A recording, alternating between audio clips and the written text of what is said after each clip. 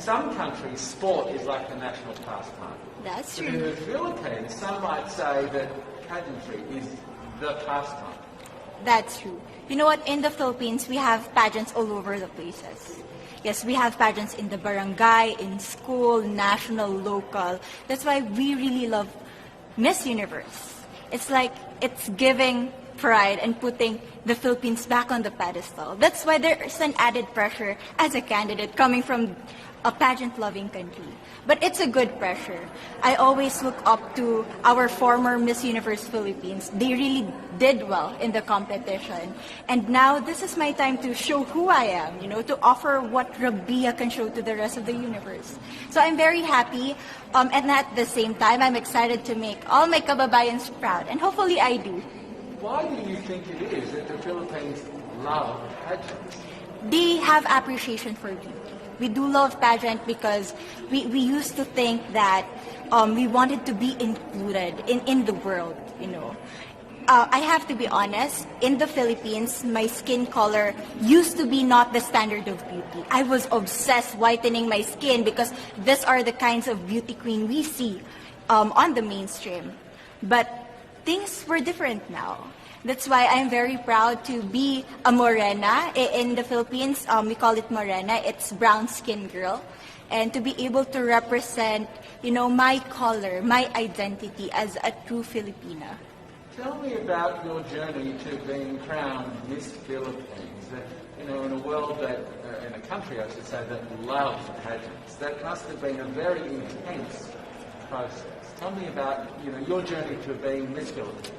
Well, my journey was crazy.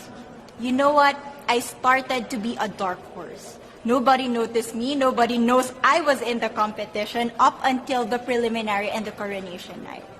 And when I won, I received different comments, of course. There were people who didn't expect me to do well, who think that I cheated.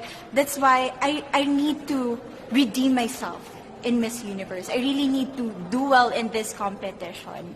And the thing is, I love pressure.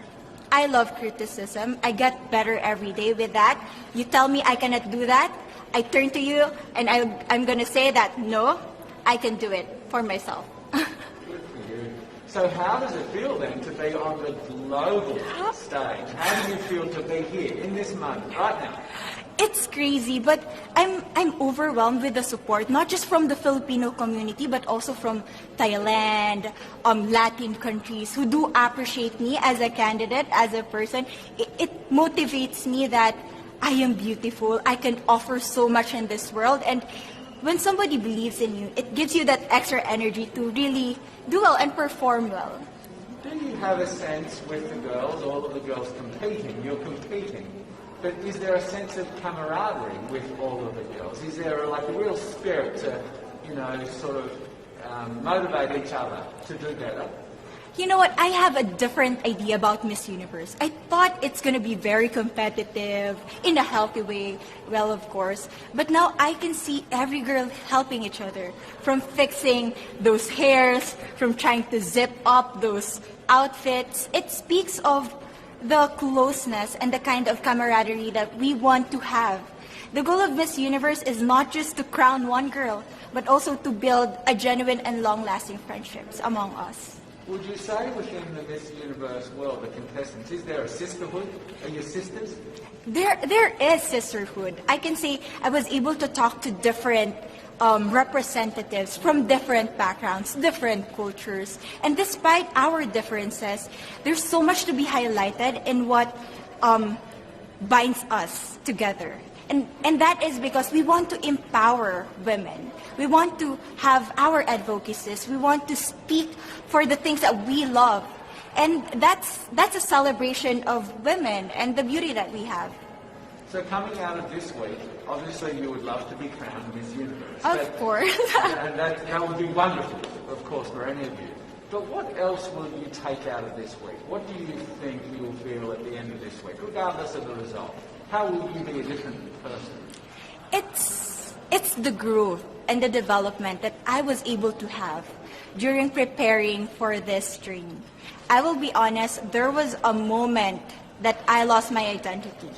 because I was put under pressure. I was in that position in which I feel like I'm not good enough.